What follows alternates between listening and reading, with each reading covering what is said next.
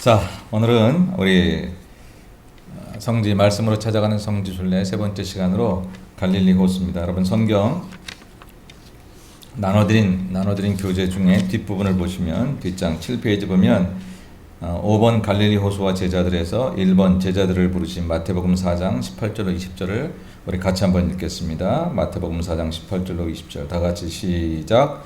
갈릴리 해변에 다니시다가 두 형제 곧 베드로라 하는 시몬과 그의 형제 안드레가 바다에 금을 던지는 것을 보시니 그들은 어부라 말씀하시되 나를 따라오라 내가 너희를 사람을 낚는 어부가 되게 하리라 하시니 그들이 곧 그물을 버려두고 예수를 따르니라. 아멘. 갈릴리 해변에 다니시다가 오늘은 세 번째 시간으로 갈릴리 호수에 대한 얘기를 하겠습니다. 제가 지난번에 성지 순례 갔을 때 가장 인상 깊었던 지역 중에 하나입니다. 최고는 아니지만 예루살렘이 조금 더 내 마음에 많이 와닿았지만 갈릴리 호수가 참 인상 깊었고 배를 타고 이렇게 갈릴리 호수를 나갔는데 너무 좋았어요. 거기서 마치 주님이 걸어오시는 것처럼 물 위를 걸어오셨던 예수님 만날 것도 같고 베드로가 그물을 던졌던 것처럼 뭔가 나도 그렇게 할 것 같고 이제 그런 마음이 들었는데 이 갈릴리 호수에 대한 얘기를 이제 이번 시간하고 다음 시간 2시간에 걸쳐서 할 텐데 오늘은 주로 갈릴리 호수에 대한 얘기를 하고 그리고 다음 시간에는 갈릴리 호수 주변에 있는 도시들 그래서 우리가 성경에서 익히 들었던 가나, 나사렛, 가버나움 이런 도시들에 대해서 우리가 이제 보도록 그렇게 하겠습니다. 먼저 한번 우리 갈릴리 호수에 대한 영상을 잠깐 보시겠습니다. 어떤 그 영상을 이렇게 보면 딱 제가 원하는 대로 이렇게 준비되어 있는 게 아니기 때문에 조금 이렇게 여기저기서 이제 좀 짜집기는 아니지만 이게 끊어서 보려고 합니다. 그래서 먼저 갈릴리 호수에 대해서 한 2-3분간 먼저 영상을 보도록 그렇게 하겠습니다. 오늘 영상을 3번 볼 텐데 잠깐 설명하고 또 영상 보고 그렇게 하도록 하겠습니다. 지금 갈릴리 호수 보셨죠? 여러분 교재에 보면 거기에 그림들이 나와 있습니다. 2가지 그림이 있는데 그 갈릴리 호수 그림하고 갈릴리 호수에 예수님 시대 때 탔을 법한 그런 배들을 만들어 놓고 관광객들을 태워요. 우리도 거기에 있는 거의 그 비슷한 배를 탔었어요. 그 배를 타고 이렇게 갈릴리로 나가서 그래서 이제 한 30분 탔나? 그 정도 권사님 그 정도 탔나요? 그 정도 탔던 것 같아요. 근데 바람이 제법 불고요. 여러분 왼쪽 그림에 보면 이렇게 산처럼 이렇게 있잖아요. 그러니까 이 갈릴리 호수가 이따 얘기하겠지만 보통 해수면보다 200m가 낮아요. 200m가 낮아서 그 보통 낮은 산들도 높은 산처럼 보이게 돼 있고 그러니까 잔잔하다가도 갑자기 돌풍이 불기도 하고 그래서 예수님 제자들이 함께 가다가 갑자기 비바람 불어가지고 우리가 죽게 되었다고 주무시는 예수님을 깨웠던 그런 기록들도 있잖아요. 그래서 참 갈릴리 호수는 예수께서 그때 처음 사역을 시작하시던 곳이었고 3년 사역 중에 거의 대부분을 갈릴리 호수 지역 중심에서 했던 그런 사역이기 때문에 굉장히 중요합니다. 원래 갈릴리는 호수 이름이 아니라 그 호수 주변 지역 이름이었는데 그 이후로 워낙 호수가 이제 부각이 되면서 그냥 우리는 갈릴리 호수 그리고 지금은 다 갈릴리 호수로 그렇게 이름을 부르고 있습니다. 그 옆에 있는 그 배 사진을 보면 한 번은 이 갈릴리 호수가 굉장히 1984년인가 가뭄이 와가지고 말랐는데 한쪽에서 이렇게 마르면서 옛날에 묻혀있던 배가 발견이 됐대요. 배가 발견했는데 그거를 고고학적으로 살펴보니까 2000년 전 거라는 거예요. 예수님 시대 때 배였을 거라서 그걸 지금 박물관에 보관을 하고 있습니다. 이번에 저희는 그 박물관까지는 못 가봤습니다만 그 박물관에 보관을 해서 유튜브에 보니까 그 보관된 배가 이렇게 그대로 요망되어 있는 게 아니라 이제 부서진 거죠. 이게 그래도 많이 좀 남아 있는 조각들을 이렇게 조사해 보니까 그때 거다. 그런 얘기를 이제 봤습니다. 자, 갈릴리 호수는 여러 가지 이름을 가지고 있습니다. 이번에 보면 갈릴리 호수의 여러 이름. 첫째는 갈릴리 바다라고 그럽니다. 그건 이제 크기 때문에 그러는 거예요. 많이 크기 때문에 갈릴리 호수라고 말하죠. 지금 우리가 배를 타고 지금 우리가 차를 타고 그 둘레를 둘러봐도 크지만 옛날에 그런 게 없던 시대에는 얼마나 더 컸겠어요. 굉장히 커 보였겠죠. 그래서 바다 같다. 그래서 갈릴리 바다라고 말하기도 하고 갈릴리 호수라고도 말하지만 실제는 바다가 아닙니다. 짠물이 아니에요. 민물이에요. 민물. 그래서 실제는 호수인데 바다같이 크다 해서 갈릴리 바다 이렇게 부르기도 하고 갈릴리 호수 이렇게 부르기도 합니다. 성경에 보면 마태하고 마가는 갈릴리 호수라고만 부르고 누가가 갈릴리 바다라는 말을 쓰고 요한은 갈릴리보다도 디베랴 바다 그런 단어를 많이 씁니다. 어쨌든 그렇게 바다라고 말한 것은 크기 때문에 그랬고 다른 이름이 이제 긴네렛 호수라는 말이 있어요. 이 긴네렛이란 단어가 민수기 34장에 나오는데 이제 이스라엘 백성들이 가나안 땅에 들어가서 모세가 이제 경계를 다 정해줍니다. 어디에 살고 어디에 살고 지파별로. 그런데 그 지파별의 경계를 얘기할 때에 그때에 그 경계가 또 스밤에서 리블라로 내려가서 아인 동쪽에 이르고 또 내려가서 긴네렛 동쪽 해변에 이르고라고 할 때 이 긴네렛이란 명칭이 나오는데 그리고 그 경계가 또 요단으로 내려가서 염해에 이르나니 염해는 바로 사해를 말하는 거고 그래서 이 긴네렛이란 단어가 나오는데요. 이 단어의 이름은 킨노르라고 하는 그런 말에서 나왔는데 킨노르가 히브리 말로 수금, 하프를 뜻하는 말이에요. 여러분 그 옆에 지도 보시면 그쵸 작게 보면 크로마 하프 같고 크게 보면 큰 하프 같죠. 그 모양이 그렇게 하프 같다. 그래서 킨노르에서 이렇게 유래해서 긴네렛이라. 그래서 옛날 구약에서는 긴네렛 호수를 썼고 신약에 와서는 게네사렛 호수 이렇게 얘기했어요. 게네사렛 호수, 게네사렛 땅에 이르르니. 근데 이 게네사렛이나 긴네렛이나 같은 지역을 말하는 거예요. 같은 지역을 구약에서는 긴네렛이라고 말을 했고 신약에서는 게네사렛이라고 말을 했습니다. 또 다른 명칭은 뭐냐면 디베랴 바다. 아까 요한이 많이 사용했다 그랬는데 그 후에 예수께서 디베랴 호수에서 또 제자들에게 자기를 나타내셨으니 나타내신 일은 이러하니라 라고 얘기를 했어요. 근데 디베랴라고 하는 것은 여러분 그 옆에 지도를 보시면 그 갈릴리 호수의 그 저걸 보시면 혹시 보이나요? 이렇게 중간쯤 왼쪽에 디베리아라고 써 있는 거 지역 이름이 보이십니까? 네, 디베리아. 예, 그 지역을 말하는 건데 헤롯 대왕의 아들인 헤롯 안티파스가 이 AD 20년경에 이 디베리아라는 도시를 건설해요. 거기 폐허인데 폐허에다가 디베리아 도시를 건설하고 그 건설한 도시의 이름을 그 당시 로마 황제였던 티베리우스 이름을 따라서 디베리아라고 이렇게 이제 명칭을 붙입니다. 근데 이 도시가 굉장히 컸어요. 나중에 이스라엘 유대 땅이 완전히 멸망을 당하고 예루살렘에 유대인들이 못 가게 되거든요. 다 쫓겨나고. 그랬을 때 이제 이 갈릴리 지역에 있는 이 디베리아에 유대인들이 많이 모였어. 많이 모여가지고 AD 200년경에는 여기서 미시나라는 게 뭐냐면 유대인들이 구약 성경 말고 비슷한 권위로 가지고 있는 그들의 경전이 있어요. 그건 미시나라고 해요. 그 200년 AD 200년경에 이 디베리아에서 그 미시나를 만들었고 또 AD 400년경에는 탈무드를 여기서 만들었어요. 그래서 굉장히 율법적으로나 또 여러 가지 면에서 발달했던 그런 지역 중에 하나고 지금도 이스라엘 백성들은 갈릴리 지역을 그냥 티베리아 이렇게 부르기도 한다고 그럽니다. 지금은 한국이 많이 알려져 있지만 옛날에 한국을 모르던 때 서울 그러면 서울이 코리아하고 뭐 똑같은 말인 줄 알던 그런 시대가 있었죠. 예, 마치 그런 것처럼 아주 대표적인 그런 얘기입니다. 다음 시간에 도시에 대해서 조금 얘기하기로 하죠. 그래서 갈릴리 호수의 이름은 갈릴리 바다, 긴네렛 호수, 또 게네사렛 호수, 또 디베리아 바다 혹은 디베리아 호수 이렇게 이야기를 한다라고 하는 거. 갈릴리 호수를 간단하게 설명하면 갈릴리 호수는 해발 약 200m 아래에 있습니다. 마이너스 200, 땅보다 지면보다 200m 아래에 있는 것입니다. 사해가 지구상에서 제일 아래에 있습니다. 400m 아래에 있어요. 바닷물보다 훨씬 바다보다 낮은 데 있는 거예요. 그리고 이 갈릴리 호수가 두 번째로 낮은 데 있는. 그러니까 이스라엘에 큰 호수가 두 개인데 그 두 호수가 다 땅보다 낮아요. 참 희한한 그런 지역입니다. 어쨌든 그렇게 200m 아래에 있고요. 이스라엘에서 가장 큰 민물 호수이고 지구상에서 사해에 이어 두 번째로 낮은 호수이다. 아까 얘기했습니다. 남북의 길이가 21km.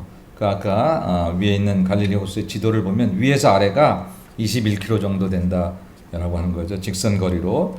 동서의 폭은 짧은 쪽은 8km, 또 긴 쪽은 12km, 어느 자리에 보면 14km 이렇게 나오기도 해요. 그렇게 폭이 그렇게 있고 평균 수심은 45.7m 그랬는데 뭐 30에서 한 50m 사이로 수심이 그렇게 있다고 합니다. 넓이는 약 170km제곱미터이고 호수 둘레가 약 50km이다.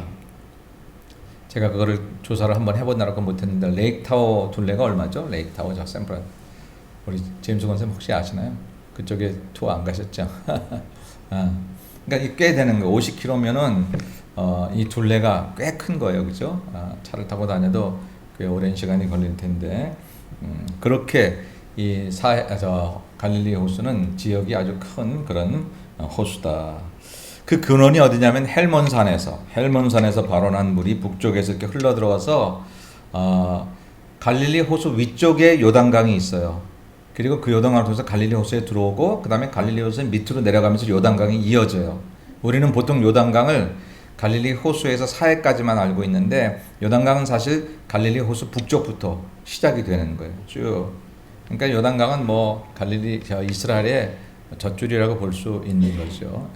그렇게 해서 요단강을 통해서 사해로 들어가는데 불행하게도 사해를 통해서 나가는 문은 없어서 사해가 점점 이제 소금물이 되어져 가고 생물이 살 수 없는 그런 지역이 되는 거죠.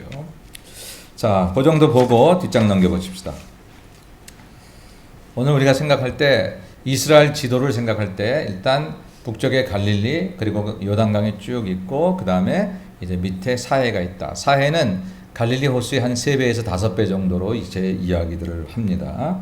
그런데 그 길이가 어떻게 되냐면 여러분 거기서 기억해야 될 단어가 헤르몬산, 그 다음에 그 다음에 갈릴리 호수 북쪽의 요단강, 이건 뭐 기억할 건 아니고 그냥 알아두시면 되고 갈릴리 호수, 그 다음에 갈릴리와 사해 사이의 요단강, 그리고 사해 이렇게 보시면 됩니다.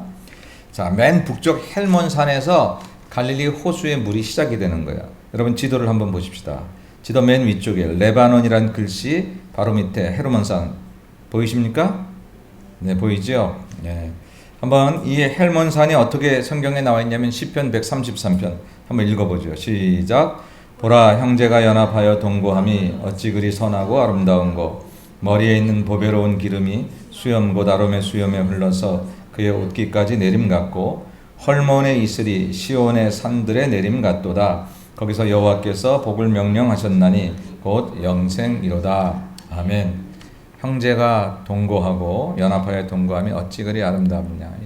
성도 간에 사랑하고 사는 게 너무너무 아름다운 거라는 거죠. 헐몬의 이슬, 이 헐몬이 바로 헤르몬산을 말합니다. 근데 이 헤르몬산은 거의 1년 12달 눈이 덮여 있는 산이고요. 그 눈 녹은 1년 12달은 아니지만 거의 6개월 이상이 눈이 덮여 있는 산이고요. 그리고 그 눈 녹은 물들이 이렇게 흘러내려가는데 그 물이 땅 속으로 이렇게 들어가기도 하고 흘러가기도 합니다. 근데 땅 속으로 들어갔던 문이 이 단이라는 지역에서 다시 솟아나와요. 거기서 샘물이 솟아나옵니다. 우리가 이번에 성지순례 갔을 때 거길 갔었거든요. 텔단이라고 갔었는데 여기가 이제 이 모든 갈릴리 호수와 이스라엘 백성의 물의 근원입니다. 그러는데 거기서 솟아나오는 그 물이 계속 있는 거예요. 그 근원을 우리가 알 수 없지만 거기서 계속 솟아나오는 그 물은 헬몬산에서 눈 녹은 물들이 땅 속으로 들어갔다가 그 땅 속에서 다시 이제 단에서부터 시작되어 나오는 그런 물이다. 여러분 지도를 보세요. 조금 작아서 흐리고 좀 어렵겠지만 헬몬산 밑에 보면 단이라고 있습니다. 혹시 찾으셨습니까? 단. 이 단을 텔단이라고도 불러요. 텔단, 이 단을. 근데 이 단이 원래 어떻게 해서 단이 됐냐면 여러분 이스라엘 백성 가운데 12지파 가운데 단지파가 있죠. 단지파. 이 단지파가 원래 여기에 분배받은 게 아니에요. 훨씬 더 아래쪽에 분배를 받았는데 땅 분배를 받았는데 거기 있는 가나안 원주민에게 쫓겨가요. 단지파가. 그 가나안 원주민을 정복하라고 그랬는데 오히려 그것을 정복 못하고 쫓겨가서 그 지금의 단 지역으로 도망간 거예요. 예. 그리고 거기서 자리를 잡은 거예요. 거기서 겨우 간신히 자리를 잡아서 이제 단지파가 됐는데 그런데 이미 쫓겨가기도 했고 그리고 이 우상들이 가득한 그런 지역에 가서 여기서 우상을 섬기기 시작해요. 여기서 우상을 섬기고 특별히 북이스라엘과 남유다가 갈라졌을 때 북이스라엘의 초대왕이었던 여로보암은 자꾸 이스라엘 백성들이 제사를 지내러 예루살렘으로 내려가는 거예요. 남쪽으로. 남유다 쪽으로 내려가면 제사를 지러 내려가지만 갔다가 다시 그냥 이 사람들이 예루살렘이 더 좋네 그러고 안 올라올까 봐. 여러분 북쪽 사람들이 북한 사람들이 한국에 한번 왔다 가면 뭐 간첩으로 난파를 했는데 한국에 와서 남한에 와서 남한이 더 살기가 좋아서 북으로 안 들어가고 뭐 그런 거 있잖아요. 예, 남한 사람들의 무슨 드라마나 이런 걸 보고 남한을 동경하고 계속해서 이렇게 북에서 탈북해가지고 내려오는 사람들이 얼마나 많습니까? 그런 것처럼 북이스라엘의 여로보암이 걱정을 했어요. 성전이 예루살렘 남유다에 있으니까 이게 성전을 지키는 건 지켜야 되겠는데 그런데 자꾸 절로 내려가니까 이제는 안 되겠다. 그래가지고 이 북쪽 단에다가 성전을 세웁니다. 단을 세워요. 그리고 거기다 금송아지를 만들어 놓는 거예요. 웬 금송아지? 이렇게 말하는지 모르지만 그 당시에는 그런 형상들이 신의 형상을 했다고 믿었기 때문에 지금 우리가 생각하듯이 이상한 우상이라고 생각했던 게 아니고 대신 하나님 대신 자기들이 드릴 수 있는 그런 어떤 형상이라고 생각을 했던 거예요. 그래서 여기서 금송아지 만들어 놓고 제단을 세우는 거예요. 이번에 성지순례 갔을 때 바로 이곳을 갔었어요. 그 당시에 그 단에 그 무너진 어떤 터들을 가고 이제 그런 것들을 보고 왔는데 이 헬몬산에서 눈 녹은 물들이 땅속으로 들어갔다가 이 텔단이라고 말하는 이 단이라고 하는 곳에서 이제 물이 근원이 시작이 됩니다. 그런데 이 지역이 또 그 바로 옆에 지금 그 지도에는 안 나와 있어요. 제가 좀 지도를 자세한 거를 찾으려고 했는데 이렇게 딱 마음에 드는 게 없어서 그리고 이렇게 찾아놓으면 이 거기 인터넷에 나와 있는 지도들이 이것만도 더 선명하지가 않더라고요. 너무 자세한 것들은. 근데 어쨌든 단 바로 옆에 우리가 아는 가이사랴 빌립보가 있습니다. 가이사랴 빌립보. 예. 이 가이사랴 빌립보가 원래는 바니아스라는 지역인데 이게 참 많은 그런 우상들을 섬기던 지역이었어요. 저희가 갔을 때 그 우상들이 섬기던 큰 단들이 다 이렇게 산 같은 데 남아 있어서 거기서 사진도 찍고 뭐 그랬었습니다만 재미있는 건 뭐냐면요. 이 가이사랴 빌립보라는 지역이 예수님께서 제자들과 더불어서 리트릿을 가셨던 지역이에요. 좀 한적한 곳으로 물러가셨던. 그리고 거기 가서 뭘 물으셨죠? 사람들이 나를 누구로 하느냐. 그게 물으셨어요. 그러니까 뭐 세례 요한이 죽었다 살아났다고 예레미야 선지자 중에 한 사람이라 합니다. 막 이렇게 대답을 했잖아요. 네. 그랬는데 예수님께서 그게 흡족하지 않으셔서 그다음에 뭐라고 물으셨습니까? 너희는 나를 누구라 하느냐. 그러니까 베드로가 뭐라 그랬어요? 주는 그리스도시요 살아계신 하나님의 아들입니다. 이런 고백을 가이사랴 빌립보서에 했는데 그 자리가 어떤 자리냐? 수많은 우상들이 득실거리는 지 수많은 우상들이 득실거리는 그 지역에서 예수님은 베드로를 통해서 오직 우리가 믿을 분은 당신 한 분뿐이 없다는 그런 고백을 받으셨다라고 하는 거예요. 참 귀해요. 여러분 정말 우리 주변에 신이 많다고 하고 뭐 종교가 많다고 하지만 세상에 있는 것들이 종교라면 기독교는 종교가 아니고 세상에 있는 것들이 신이라면 기독교는 신이 아니라 참 하나님만을 섬기는 건데 진짜 신은 우리 하나님이시고 우리 예수님이시고 우리가 그런 것을 고백하는 게 세상에 아무리 가이사랴 빌립보처럼 많은 우상들이 있다고 해도 우리가 그 속에서 그 고백을 해야 한다라고 하는 것이죠. 그리고 바로 그 고백이 일어난 곳이 이 단이라고 하는 곳이 바로 이스라엘의 물의 근원이었어요. 물의 근원. 오직 거기서만 이스라엘의 모든 생명수가 나오는 것처럼 오직 거기서 주는 그리스도시요 살아계신 하나님의 아들이라 고백된 예수 그분만이 우리의 참 생명수가 되시고 우리의 생명의 근원이 되심을 우리는 그곳에서 고백을 할 수 있었습니다. 그래서 우상들이 득실거리던 그 지역에서 참 신에 대한 참 예수님에 대한 그런 고백을 하는 그런 지역이 바로 이 단과 그리고 가이사랴 빌립보라고 하는 그런 지역이었고 여기가 이스라엘 물의 근원이었듯이 예수는 우리 생명의 근원이시고 우리 삶의 그릇이고 근원이시고 예수님은 인류의 근원이신 줄로 믿습니다. 그 고백을 하는 장소가 연결시키면 되는 거예요. 그래서 여러분 거기에 다시 한번 지도를 보시면 단에서 갈릴리 호수까지 아무런 그 줄이 없지만 그냥 밑으로 직선줄을 쭉 이렇게 근다고 하면 갈릴리 호수의 이제 제일 북쪽 끝에 다다르는 거죠. 그게 요단강이 있다는 거예요. 그래서 호수 북쪽 위쪽에 요단강이 이미 단에서부터 시작이 된다라고 하는 것입니다. 그리고 이제 갈릴리 호수가 있고요. 이 갈릴리 호수에 아까 영상에서 봤잖아요. 예. 이건 다음에 볼 거구나. 예. 이제 이 단에서 나오는 이 물이 갈릴리 호수를 채우기에 충분한 물이 나온다는 거예요. 희한하죠. 예전에 한국에 있을 때 그 강에 대한 그런 다큐멘터리를 한번 본 적이 있어요. 한국에 뭐 한강, 무슨 영산강, 섬진강. 근데 다 강의 근원이 여러분 어딘지 아시죠? 어디예요? 산에 있는 샘이에요. 샘. 작은 샘이 강의 근원이에요. 희한해요. 요조그만한 샘에서 무슨 강이 생길까? 근데 그게 흐르고 흘러서 생겨요. 이유는 뭐냐면 샘이 마르지 않기 때문에. 마르지 않기 때문에. 커다란 강도 마를 수 있고 저수지도 마를 수 있는데 샘은 작은 것 같아도 쫄쫄쫄쫄 나오는 것 같아도 마르지 않아요. 그래서 그 샘이 결국 강을 이루더라고요. 이 텔단의 물이 결국 갈릴리 호수를 가득 채우는 거고요. 갈릴리 호수는 단에서 물을 받아가지고 그래서 북쪽 요단강에서 물을 받아서 자기를 채운 다음에 남쪽으로 그 물이 흘러내려가게 하죠. 그리고 만나는 곳이 마지막 사해다라고 하는 것입니다. 그래서 이 북쪽 요단강 그리고 갈릴리 호수 그리고 요단강 그리고 사해 이렇게 쭉 물이 내려다 오면 그게 이스라엘의 경계라고 볼 수 있습니다. 이스라엘의 경계고 그 왼쪽 지형으로 말하면 서쪽이 바로 지금의 이스라엘 지역이다라고 합니다. 요단 서쪽이. 그래서 요단 동편에서 요단 서편으로 가는 게 요단강 건너가 만날이 가나안 땅에 들어가는 그런 경계라고 하는 것이죠.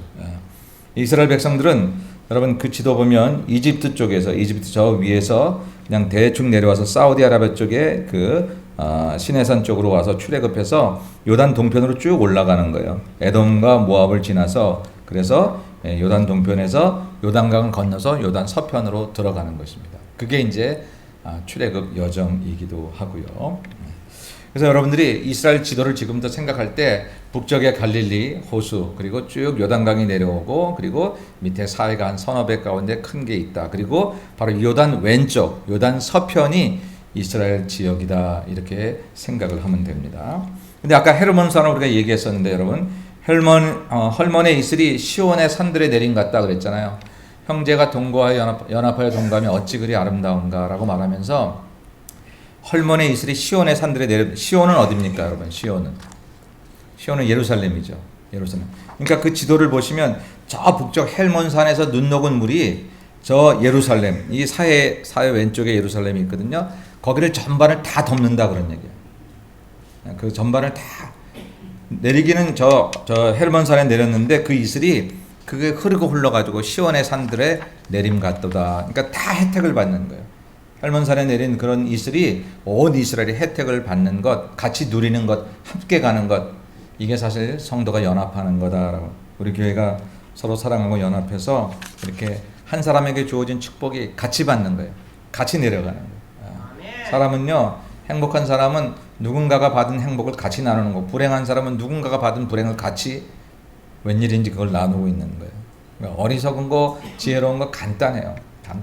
뭐를 함께 나누냐, 뭐를 함께 나누지 않느냐가 중요한 건데 헐몬의 이슬이 시온의 산들에 내림같이 저에게 주신 축복이 집사님에게 주신 축복이 권사님에게 주신 축복이 장로님에게 주신 축복이 서로 받는 거예요. 서로. 그래서 그 한 사람 잘 돼. 그래서 여러분 내가 행복하려면 옆 사람 축복해야 돼요. 옆 사람이 잘 돼야 내가 행복한 거예요. 우리 인생이 잘 몰라요. 옆 사람을 죽여야 내가 이긴다고 생각해요. 그건 어리석은 거예요. 옆 사람 괴롭히면 내가 행복하네? 그렇지 않아. 괴롭히면서 나도 죽겠는 걸. 옆 사람을 축복하고 옆 사람이 잘 돼야 내가 행복한 거예요. 행복을 나눌 사람이 없으면 그것처럼 불행한 거 없어요. 뭐 천만금을 다 가졌는데 나눌 사람이 없네? 그럼 불행한 거죠. 헐몬의 이슬이 시온의 산들에 내린 거 기가 막힌 표현이에요. 기가 막힌 표현.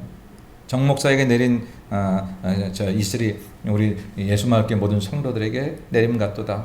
어느 장로님에게 우리 제임스 장로님에게 주신 우리 김 장로님에게 주신 그런 축복이 우리 성도들에게 쫙 내림 같도다. 기가 막히잖아요. 아멘. 여러분 그런 주인공들 되시기 바랍니다. 네. 자, 그런 이제 갈릴리, 요단강, 사해 그런 이제 전체적인 그림을 봤고요. 그 다음에 이제 갈릴리 호수와 제자들. 오늘은 이제 갈릴리 호수에서만 있었던 일들을 잠깐 더 한번 살펴보죠.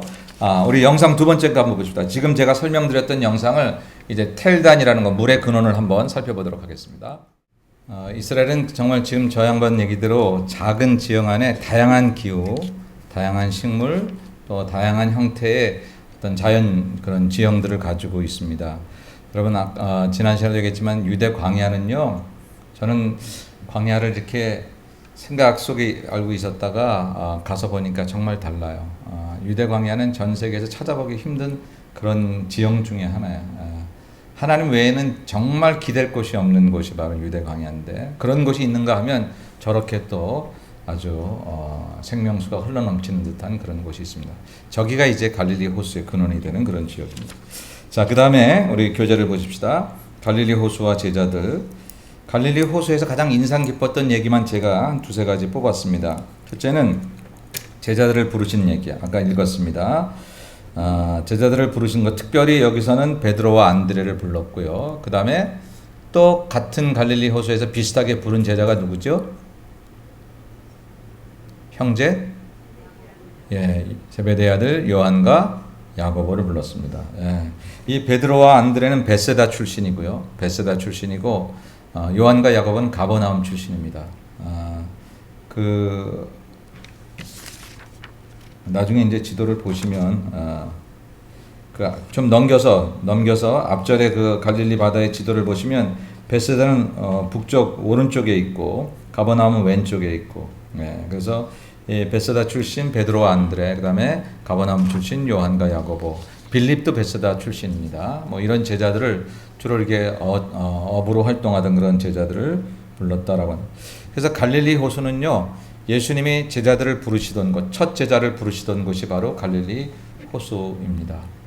갈릴리 호수 갔을 때 마치 주님의 음성을 듣는 듯한, 주님이 베드로를 부르신 것처럼 나를 부르시는 주님의 음성. 이제 여러분들도 앞으로 성지순례를 가게 되면 제가 하는 얘기를 다 그냥 이해하실 거예요. 제가 가서 뭐 종교적이 되고 신앙적이 돼서 생각을 거룩하게 하고 그러는 게 아니라 그냥 가면 그냥 갈릴리 호숫가에서 예수님이 부르시는 것 같아요. 사랑하는 시몬아, 넌 날 사랑하냐 부르시던 그 주님이 그 갈릴리 호수의 한 지역에 베드로 수익권 교회라고 다음 주에 그 모습을 보여드리겠습니다. 베드로가 예수님을 고백하던 그 교회를 세워놨어요. 그 지역에 교회를 세워놓고 그게 바로 갈릴리 호수 앞이에요. 우리가 거기 내렸어요. 거기서 이렇게 생각해 보라고. 그래서 그 갈릴리 호수까지 이렇게 걸으면서 처음 예수님께서 베드로를 부르시던 그 음성을 나에게도 부르시는 그런 음성을 들어봤어요.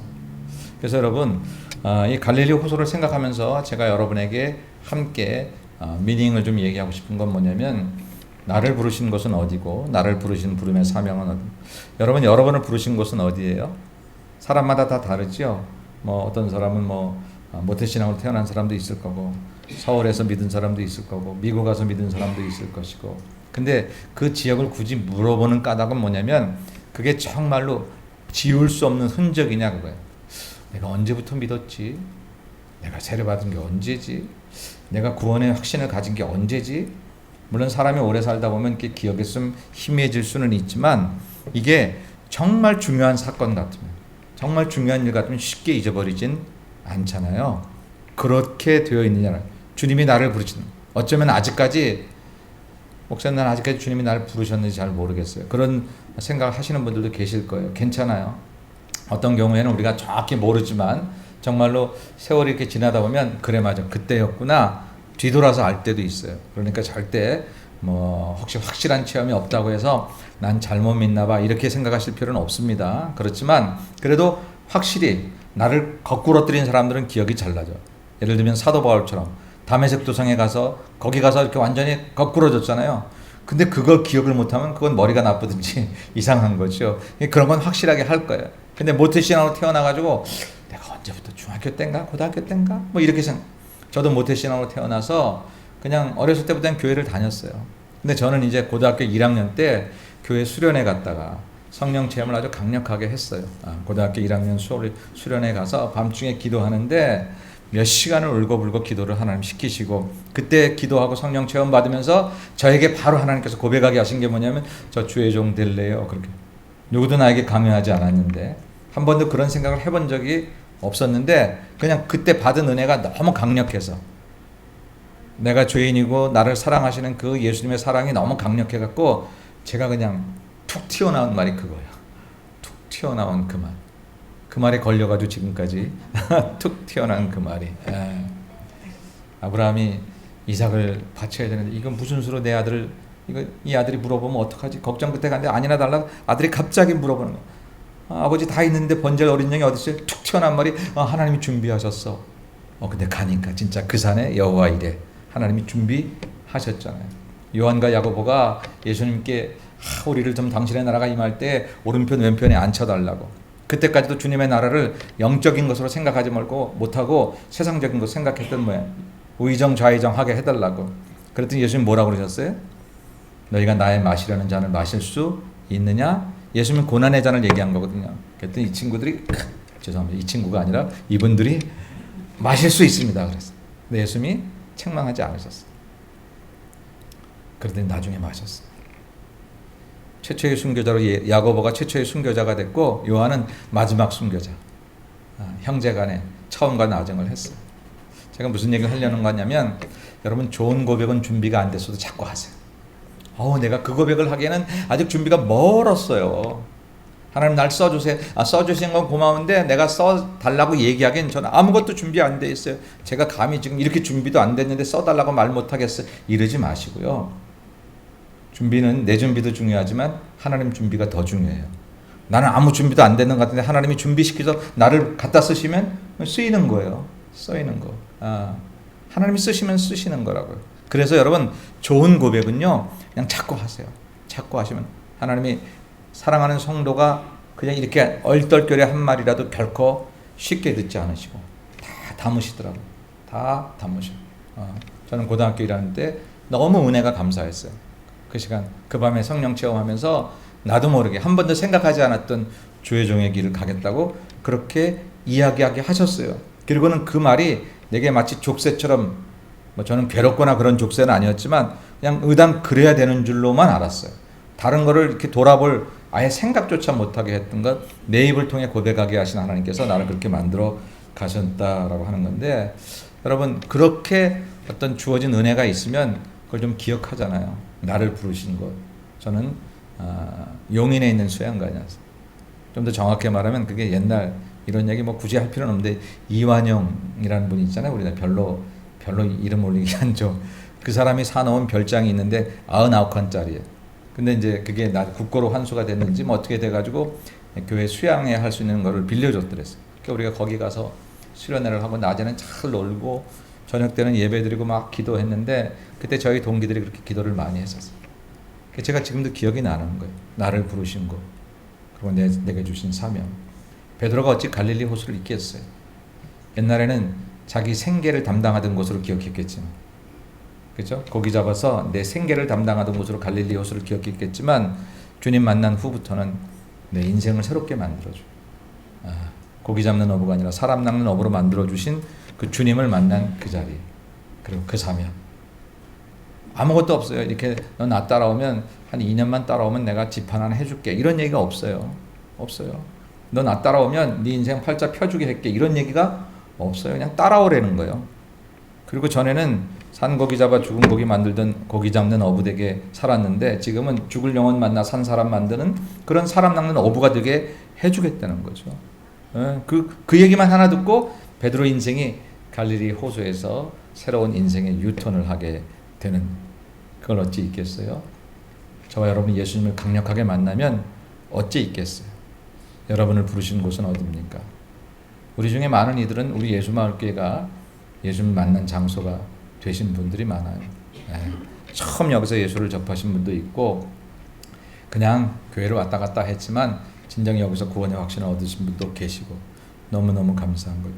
부르신 곳에서 부르심의 사명이 있을 때가 많습니다. 어디서든지 하나님이 나를 부르셔서 나를 쓰시겠지만 하나님 부르신 그곳을 통해서 또 나를 쓰실 때가 많으니 여러분 올 한 해 한번 나를 부르신 그 주님을 생각하시면서 저와 여러분에게는 지금 현재는 여기가 갈릴리 호수다. 아니요, 여기 예수마을이 갈릴리 호수다. 아멘. 지금 저와 여러분에게는 바로 이것이 나를 따르라고 부르신 그 주님의 목소리를 듣는 현장이다. 이런 마음을 가지시면 하나님의 올 한 해 이곳에서 우리를 부르실 그 뜻을 그 계획들을 잘 우리에게 보여주시고 실행케 하실 줄로 믿습니다. 두 번째는 베드로가 물 위로 걷는 사건이에요. 베드로가 물 위로 걷는 사건 한번 읽어볼게요. 다 같이 시작. 제자들이 그가 바다 위로 걸어오심을 보고 놀라 유령이라 하며 무서워하여 소리 지르거늘 예수께서 즉시 이르시되 안심하라 나니 두려워하지 말라. 베드로가 대답하여 이르되 주여 만일 주님이시거든 나를 명하사 물 위로 오라 하소서 하니 오라 하시니 베드로가 배에서 내려 물 위로 걸어서 예수께로 가되. 아멘. 잘하는 얘기죠. 성지순례를 가면서 우리 제임스 권사님이 그렇게 얘기했어요. 자기는 갈릴리 호수 가면 물 위를 걸을 거래요. 물 위를 걸을 거래요. 말도 안 되는 소리를 하고 있잖아요. 근데 제 마음에 갑자기 그게 질문으로 들어왔어요. 왜 권사님은 무리를 걷고 싶어 할까? 짠! 하고 뭘 보여주려고? 그러면서 왜 베드로는 여기서 무리를 걷겠다고 했을까? 누구보다도 물을 잘하는 어부인데, 육지에서 딴 거 하던 사람이 혹시 나 물 좀 걸어볼까? 뭐 이러면은 말도 안 된다고 가르쳐 줄 사람인데, 그 물을 걸을 수 없는 그 물로 평생 살아왔던 베드로는 왜 갑자기 무리를 걸어보겠다고 싶어 했을까? 이유는 단 한 가지. 예수와 함께라면, 주님과 함께라면 무리도 걸을 수 있지 않을까라는 생각 때문이었어요. 그때 제가 그 갈릴리 호숫가에서 배 타고 이렇게 나가서 예배를 선상에서 드리면서 저보러 설교하라고 그래서 제가 이 얘기를 그대로 했어요. 권사님 얘기도 하고 그대로 했어요. 그러면서 이렇게 얘기했어요. 여러분, 우리가 아는 상식선에서 우리 인생을 꾸려나간다면 우리 예수가 뭐 필요해요? 그냥 우리가 알아서 하면 되지. 잘 배우고 좋은 경험 가지고 실력 가지고 그 정도 살면 되지. 근데 예수와 함께라면 내가 배우지 않은 것도, 예수와 함께라면 내가 가지 않은 것도, 예수와 함께라면 내가 할 수 없는 것도 할 수 있는 게 신앙이 아닐까. 아멘. 오늘 베드로는 그걸 알았던 거예요. 다른 제자들은 왜 이 말을 안 했을까? 다른 제자들은 내가 할 수 있는 것만 생각했어. 나는 무리를 못 걸어. 근데 베드로는 내가 할 수 있는 걸 생각한 게 아니라 예수님과 함께라면, 주님과 함께라면 할 수 있는 걸 생각했어요. 그래 보니까 무리도 걸을 수 있을 것 같아요. 무리를 걷게 하는 게 주님의 원래 뜻은 아니었어요. 그러니까 잠깐 걷게 하시고 말으셨죠. 만약 그게 주님의 뜻이었다면 계속 걷게 하셨을 거예요. 그러나 그런 마음을 주님은 귀히 여기셨던 거예요. 잠깐 그 맛을 보게 하셨던 것이죠. 여러분, 나는 주님과 함께라고 도둑질하면서 그 얘기를 하면 그거 되겠습니까? 안 되지요. 그거 하나님 안 들어주실 거예요. 근데 저와 여러분이 거룩하고 바른 뜻을 가지고 예수와 함께라면 이거 할 수 있지 않을까요? 난 지금 돈도 없는데, 나는 지금 사람도 없는데, 능력도 없는데, 그러나 뜻은 거룩하고 아름다운 뜻들이 있어. 거룩한 비전이 내게 있어. 하나님, 나는 이거 아무것도 할 수 없어. 내 처지를 아시잖아요. 그런데 내 마음은 뜨거워지고 당신과 함께라면 이 일을 할 수 있지 않을까? 그런 마음이 드는데 나를 도와달라고 그렇게 하나님께 기도할 때 하나님 그 무리를 걷게 하시는 줄로 믿습니다. 아멘. 그 믿음을 한번 가져보죠. 올 한 해 우리에게 무리를 걷는 것과 같은 그런 기적의 날들이, 기적의 시간들이 우리가 그 시간들이 있을까 없을까는 우리가 지금 예수와 함께라면 할 수 있지 않을까라고 하는 믿음을 갖느냐 안 갖느냐에 따라 달라져 있어요. 사랑하는 여러분, 여러분이 할 수 있는 것을 지극히 정상적으로 잘 체크하는 것도 괜찮습니다.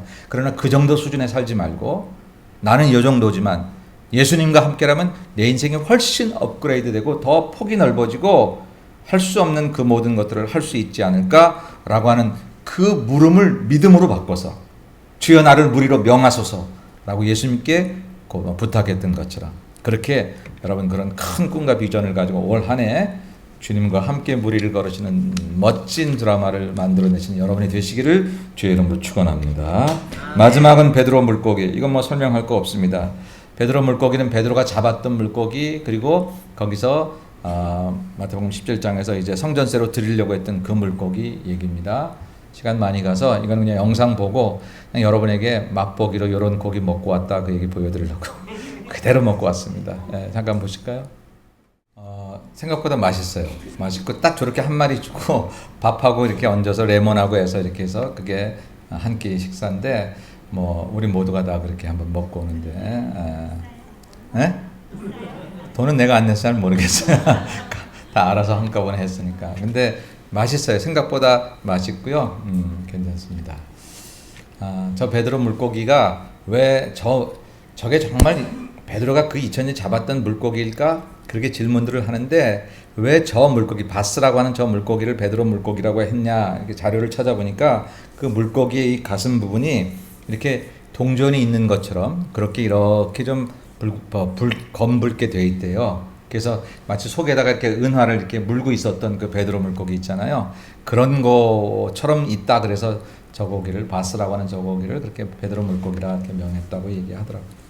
자, 오늘은 갈릴리 호수에서 직접 예수님과 연결된 이야기들, 갈릴리 호수에 대한 이야기를 했습니다. 우리 잠깐 기도할 때 갈릴리 호수에서 베드로가 예수님 만났던 것처럼 나를 부르신 예수님에 대해서 다시 한번 기도하고, 특별히 예수 마을에서 오늘 부르셨으니 하나님 이곳에서 사명을 달라고 그렇게 기도하시고, 그 다음에 하나님 나 혼자 할 수 있는 것 정도 말고 이제 당신과 함께 할 수 있는 비전을 달라고, 혹시 비전이 있는 분은 그 일을 이루어 달라고 하나님께 기도하셔서 올 한 해 하나님의 비전에 함께 살아가게 해달라고 우리 10분 동안 다 같이 통성으로 기도하시죠.